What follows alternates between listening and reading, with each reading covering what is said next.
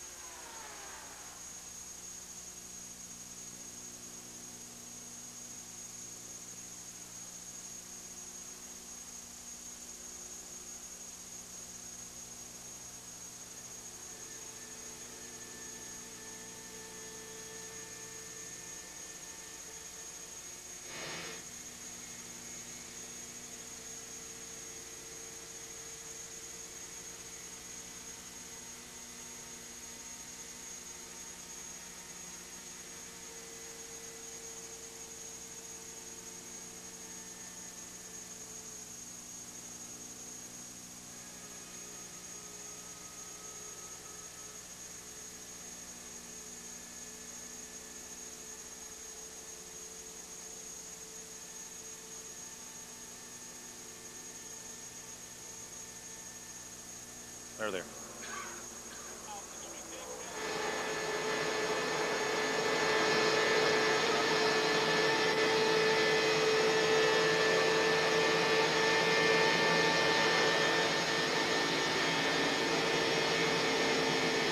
78 laps complete. Joe Nemechek, your leader, and the 3 cars right behind are waiting for him to put on his left turn signal and make that run down pit road, because the crew chiefs have all gotten together, and it looks as if those 4 cars, which have an 8-second breakaway on the field, will all try to pit together. Pit, Randy, pit.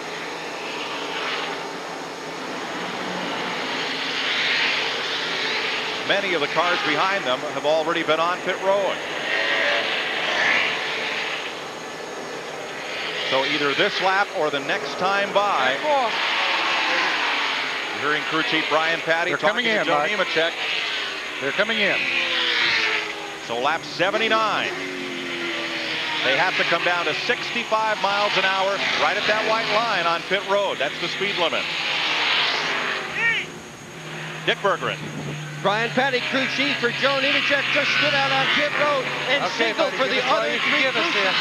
We're coming in now. It's a little bit early. He's not going to change his car at all. They're going to tighten up the number 44, Tony Stewart, and that's all they're going to do with that besides 4 tires. To Bill.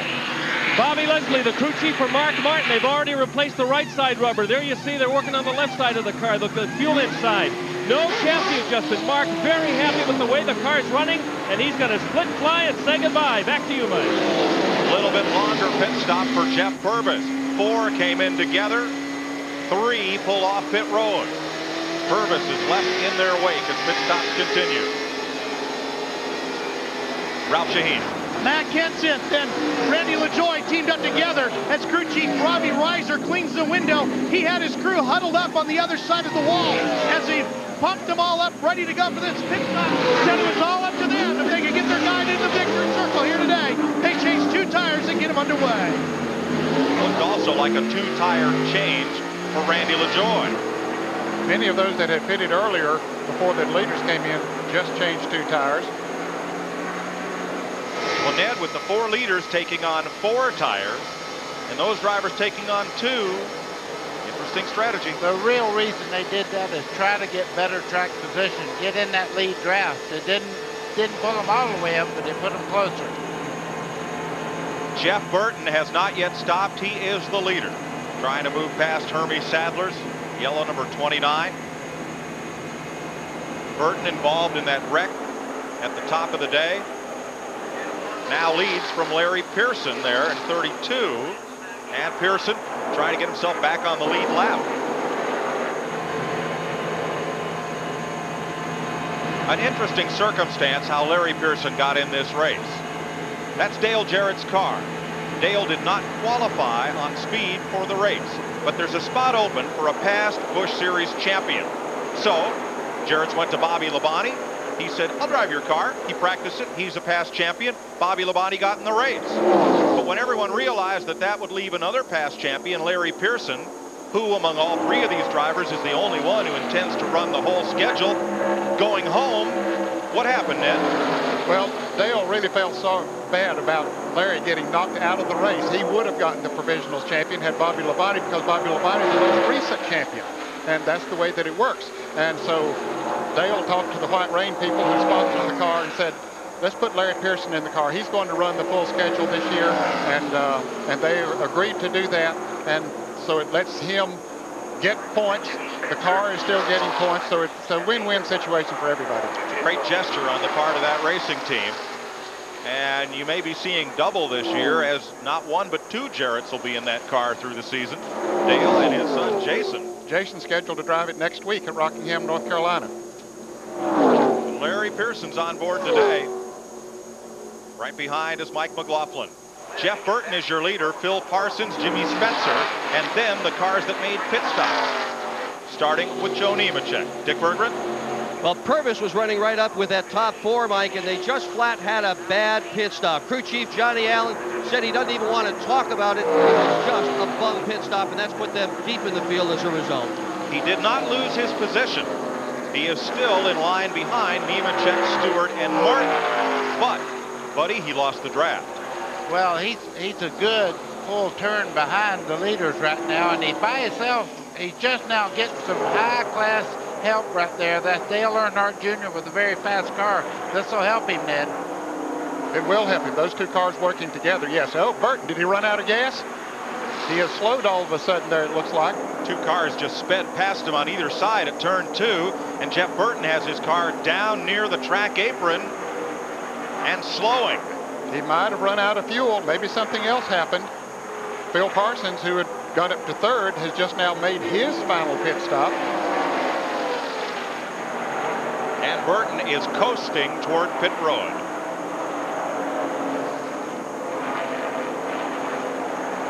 Tough break for the South Boston, Virginia driver who came out of this series and up to Winston Cup, where he's been a winner. Jimmy Spencer takes over the lead. Jeff Burton was running second. You can see that's by the wayside now. He's on the bottom of the racetrack. Looks to be just coasting in. Dick Berggren. Well, Jeff Burton's crew is ready for him, but he can't quite get here. He is indeed out of gas. Jack Roush has a multiple car team, and sometimes he will roll the dice or turn a card one way or another. And playing gas mileage today, they had not quite enough, and Burton's going to make it to his pit. He's going to coast into the pits, but he's lost a lot of time on the racetrack, Mike, and you might question, well, why were they running that long when really they could have pitted several laps ago and still make it to the end of the race? Now, if it was a question, you know, of not being able to make it once you filled up, yeah, but I'm sure they had it figured out and thought they could make it this far, and hoping for a caution, I guess, would have been the best scenario for them. You can see him getting the tear-off sheet off the windshield there. He's got a clean windshield, but I'm sure he'd have rather had 2 more gallons of fuel. 4 tire change for Jeff Burton. The motor refires. And as they hammer home those luck nuts, drop the jack, off he goes. Up front, Jimmy Spencer from Berwick, Pennsylvania. The driver who won the modified national championship twice and then came down to run Busch and Winston Cup racing in NASCAR. You're looking at Spencer from Mike McLaughlin.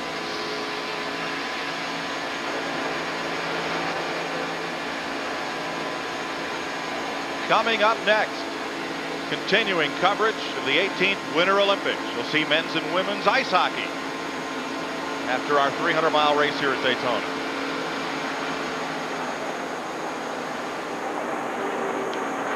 Joe Nemechek moves up to second place with Jeff Burton coasting onto pit road, and he still has Tony Stewart right with him. Tony Stewart right with him, and Tony Stewart to me is showing me so much maturity for a guy that really has little or no experience on this type of racetrack and this type of car. What a great job of driving today. Showing a lot of maturity out there. And now Spencer is at him headed towards the pit. Yes, it is, Ned. And he about locked up the brake trying to get down to the 65-mile-an-hour speed limit. In NASCAR, if you get a speeding ticket, they will hold you in your pit. Each second that you are held on pit road, the rest of the field is moving the distance of a football field every second.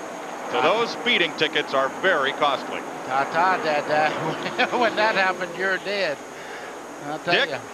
Well, Spencer's had his problems with speeding on pit road too, Mike. Last year at Dover, he got nailed 3 times in one race, and he has been nailed in this race. Fortunately, it's the one he almost won, except for a penalty for speeding on pit road. Now the question will be, where will Spencer reemerge on the racetrack, and will he have drafting partners? Here are your leaders now. Joe Nemechek goes back to the lead with Spencer's pit stop. There's Tony Stewart right in his tire tracks. Tony Stewart told me just the other day the greatest thing he has going for him other than a great team is he can go to Bobby Labonte and ask him questions about what he needs to do on these races. Bobby Labonte has a great deal to do with that car doing what it's doing right this moment. 4 cars went into the pits together. Nemechek, Martin, Stewart, and Purvis. Purvis had a long pit stop, and Mark Martin is losing the toe of the 2 leaders. Yeah, he's too far back now to get her. He'll get a little bit of help, Mike, but it doesn't go. And it's trouble right in front of the leaders up in turn 3. 1 car up in the wall. Dave Blaney, the sprint car driver, backs it in. Tony Stewart missed that wreck by about a half a car length. He had to really look at the fire here. We have a fire underneath the car. The window net comes down. That's the signal the driver's okay, and he's going to be out of there in a second. Yeah, that looks like a fuel fire. It's at the back of the car, but I don't want to speculate. It could be so many things right now. The good part is it's not up there where the driver's at. It's burning down on the grass now. And it appears, Ned, that Blaney may have hit his button for the onboard fire extinguishing system before climbing out here. May still have a radio cord or something hooked up. Yeah, that's pretty aggravating when you're trying to get out. You see him there. He still has the hose on his helmet hooked up. There's a lot of things that you have to unhook to get out. Still a little bit of fire coming right around. That's the fuel intake position there. A little bit of fire burning out there.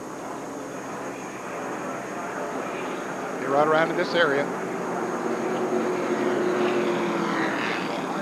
But thank goodness it's not a lot of fire, and he does have time to get out of the car. The fireman sees that fire now and says, we'll just go ahead and put that out.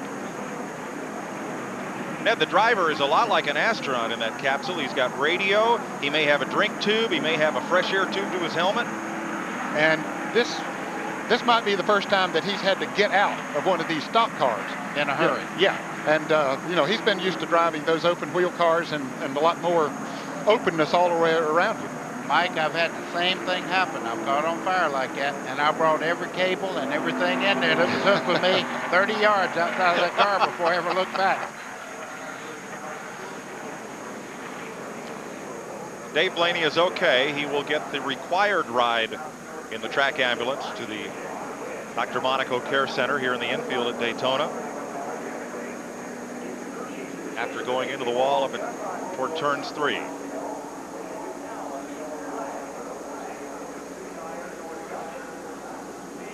Caution out for the 3rd time today. Let's have a look at this. Okay, here are the leaders going into turn 3 and panning up in front of him. He's already into the wall. That's Dave Blaney in the car number 3. He stays high, and Nemechek is going to go below him. He gets all the way down on the flat, but Stewart, he slowed down and went above him. Now, buddy, that looked like a bold move for Nemechek, because with these self-cleaning bankings, usually a driver will go high to miss an accident. We'll talk about this a little bit when we come back. We're under caution at Daytona, where CBS Sports coverage of the NAPA Auto Parts 300 continues after this message and a word from your local station.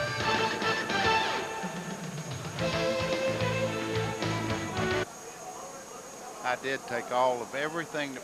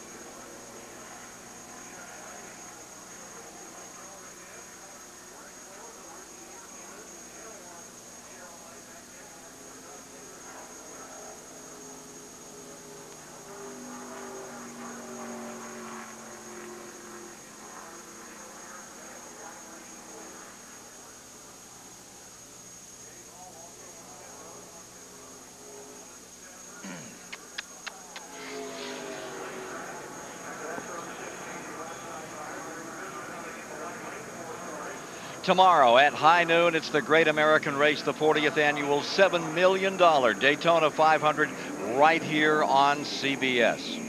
Less than 30 laps remaining to decide the NAPA 300 today, and from high above, Goodyear blimp stars and stripes. If you want to learn more about the blimps, you can go on the internet. That's www.goodyear.com and click on those controls.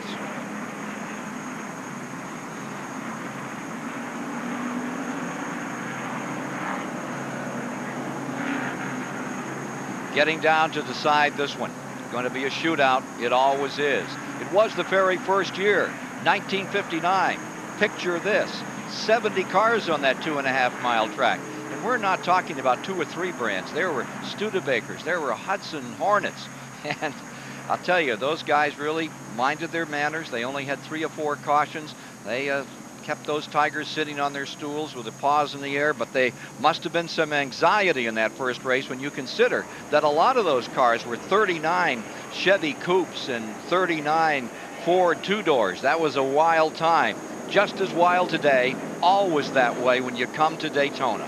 A thrilling spectacle, and we're getting ready for this exciting conclusion. Let's go back to Mike Joy. Starter indicates 1 lap to go before the restart. Let's show you what happened to Mike McLaughlin, our pole sitter.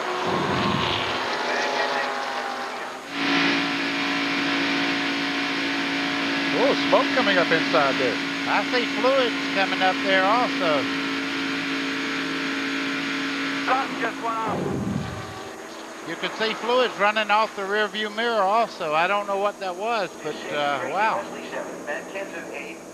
Now, aren't there lines for the coolers for the rear end, at least that run up inside that cockpit area? We'll see. Here's Ralph. Well, Mike, they say a coil broke in the 34, and it looks like there's soap all over the windshield inside of the car, and it's become very difficult for Mike. So they have brought him down pit road to change tires to get him going. Well, he's back out. They got the left side of the windshield clean, thank goodness. There was fluid dripping from the mirror. It Yeah, was all in the interior. I just wonder, a lot of times that fire extinguisher inside will activate itself at a certain temperature, and it may have been mounted right on the floor, and it might have actually activated the fire extinguisher while he was running there. I don't know. It was some kind of fluid, though. You can see some of it on the dashboard. Yeah, I believe we would have seen more. Yeah, I think you're right. It would have made a lot of smoke, Yeah. fog inside, but whatever it was, could have been his water cooler. You don't know. Ralph Shaheen? Telling you, I'm not lying. It is an ignition coil, right, Gary? I'm not that crazy. Yeah, that's correct. Mike said he looked down and could see where the top of one of the ignition coils had blown out. Those coils have a lot of windings of wire in them, and then they're filled with a fluid to help keep those windings cool. And this is something I've heard of. I've never even seen myself. So it's just, you know, that we got that monkey on our back here for Mike and Team 34 and Gould's. Man, would we like to finish on the lead lap here just one time. CBS bringing another first to Daytona. Bill Stevens said it might be a strange day, and it is. Didn't know they had fluid in the coil area. Green flag. Joe Nemechek, after the round of pit stops under green, Nemechek is back at the front with Tony Stewart, Mark Martin, Jeff Purvis, and Dick Trickle. After all the lapping and the pit stops, Mike, there are 17 cars on the lead lap. Buckshot Jones in 6th, Tracy Leslie, Matt Kenseth, Mike Wallace, Michael Waltrip, the top 10. You're watching Mark Martin there in the yellow and black car. He's trying to get up to Tony Stewart and get that great track position. You're riding with him down the back straightaway. You see a car in between him and Tony Stewart right now. The shell car just up there is Tony Stewart. They're in a long line right there. One of the lap cars, Mark Green, was the one just ahead of Mark Martin. 3 wide, Andy Santerre, and yellow and blue on the bottom now. Jeff Burton drops underneath him. Now, Jeff Burton is one of those cars that's a lap down because he ran out of fuel and had to coast into the pits under the green flag. With Jeff Burton, Rick Fuller goes by on the outside. There's Andy Santerre, one of the stars of the Busch North Series, right alongside, trading a little paint in his Daytona Busch Series debut. And it gets busy right behind. That's Brad Loney, the yellow car in the middle of that sandwich. John Andretti on the inside. Tim Fedowa, that blue car up top. Jeff Purvis there in the 4 car trying to make a move. Look back here, 3 wide, all the way down the back straightaway there, getting ready to go into turn 3. They've turned it up a bit. This caution really brought a lot of good cars back together again. They brought the entire field together, and those that are a lap down are trying to get back on the lead lap if possible, and those that aren't are trying to get up there and get position. Dick Berggren. Brian Frazier is crew chief for the 44. Tony Stewart riding in second. You guys have been running up front all day, except not in the very front. Looks good behind. Can it lead? Well, we don't know yet, do we? I think we can. We're going to try to save here toward the end, and maybe we can get a little push from Mark Martin back there. But this Shell Pontiac has run really good all day, and Tony's done a great job. And right now, we're just going to kind of hold our own and see what we can do here toward the end of the race. But I think we can lead. Can you pass on your own? I don't think so. Well, we'll see. We need a little help. We'll see in a few laps, Mike. What he can do right now is look at a mirror full of cars chasing. Now the 12 car, that white car top of your screen, Jimmy Spencer, pitted late in the order, came out 16th. He's climbed up to 12th in number 12, and he's moving forward. He was very fortunate, Mike, that the caution came out right when it did. He was about to go a lap down. He hadn't got up to speed, but when the caution came out, that left him in the lead lap, so Jimmy Spencer could be a factor here.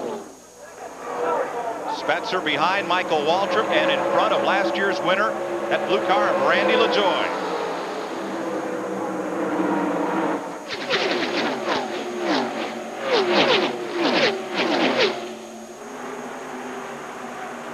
Mike Wallace inside of Michael Waltrip.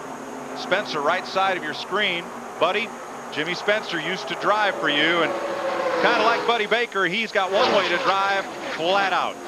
You can hear these cars going by, everybody flat out, but look up front right now. You have these guys that are really putting on a great race now. Jeff Purvis moved all the way to 2nd place there. Tony Stewart kicked to 3rd, Mark Martin in 4th, but Ned, most importantly, Mark Martin's caught up right in that lead draft. He had lost that lead draft before the caution came out, and so that was a break for him. Puts him right back there with them. Report on Dave Blaney. A little bit of heat exhaustion from running these long distance race here today, and he banged his knee in that crash at turn 3. Otherwise, he is okay. Larry Pearson took that champion's provisional. He's gained 28 positions. Mark Martin up 22 from where he started the day.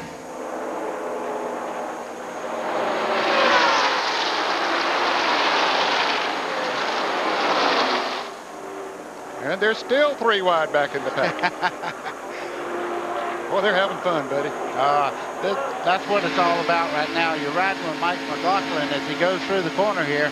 He's coming off turn 2 there. You can see visibility's a little bad out the right side. He can actually see a little bit better on the left side there. You can see a cleaner vision there on the left side where he's actually looking through. Now he's telling them, fall in line.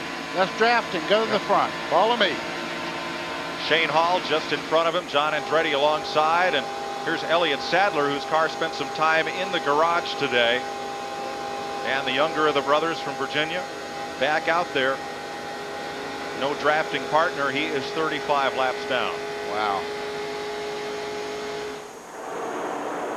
Lead pack thunders off into turn 1 once again. In trouble here on the front straightaway. We're going into turn 1. One car up into the wall, and that is number 59, Robert Presley. Presley's one of those drivers that had gone a lap down during green flag pit stops. And he was also in that first little melee that we had. That's Matt Huddard in 36 there. Caution is out. Matt Huddard in the car that Todd Bodine drove last year.